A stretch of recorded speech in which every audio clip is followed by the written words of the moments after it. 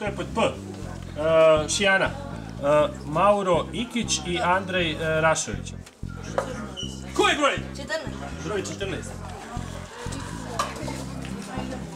21. Da vidim. 21, dobro, ajde. Modelarska liga je ekipno natjecanje učenika u području modelarstva i maketarstva koje je početkom ove školske godine pokrenula Hrvatska zajednica tehničke kulture u suradnji sa Hrvatskim savezom pedagoga tehničke kulture. Liga se provodila na regionalnoj razini i to u 6 centara: Puli, Splitu, Zagrebu, Čakovcu, Velikom Trojstvu i Đakovu. 23 najbolje ekipe natječu se za mjesto najboljeg modelara u Republici Hrvatskoj u Nacionalnom centru tehničke kulture u Kraljevici. Prvoplasirani natjecatelji osvajaju ljetnu školu tehničkih aktivnosti koja će se ove godine održati u Nacionalnom centru tehničke kulture u srpnju i kolovozu.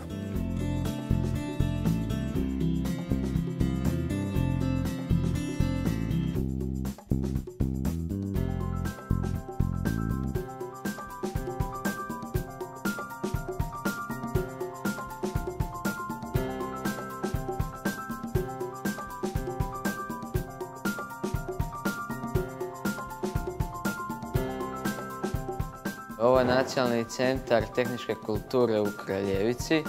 Tu se održava modelarska liga i trebali smo tri natjecanja, dođemo do ovdje. Sad smo tu 23 najbolje ekipe od 2 učenika u državi. Ja mislim da smo mi među najboljima, da ćemo biti prvi, 100%.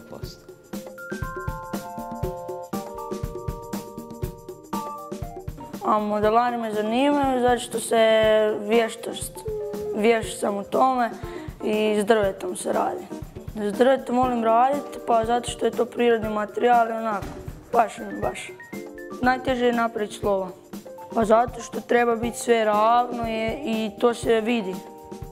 Ovo što se ne vidi to se može malo zabrljati, ali ova slova treba baš ravno ispasti zato što se vide i sve što se vidi.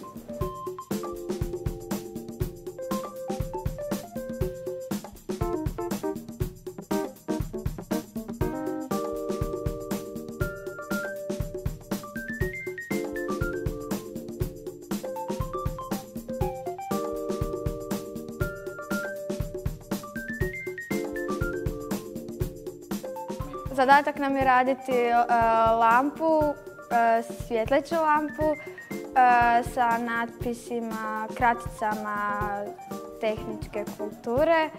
Volim raditi sa drvom i sviđa mi se kad rezbarimo drvo, osim što nekad puknu pilice. Ovaj centar je jako lijep i moderan, nisam to očekivala.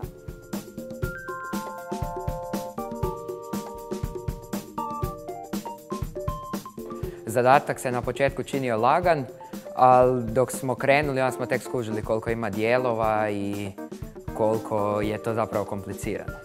Sve je bilo u redu, jedino da nismo na kraju zeznuli, okrenuli smo ovu kutiju na opačke, pa onda nije dobro, ali izgleda odlično naspram drugih, neki nisu ni završili, pa onda...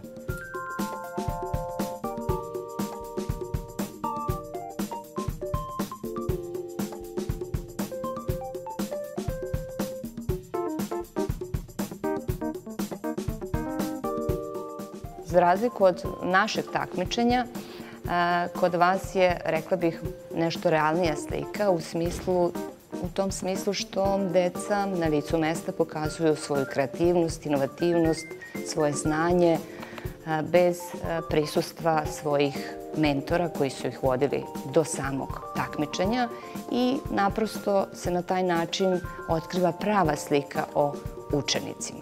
Dakle, zaista sam oduševljena i sve pohvale i organizatorima i ljudima koji se prosto bave tehnikom i prosto izlaze u susret ovim mladim generacijama koje će negde, verujem, vratiti im sve to.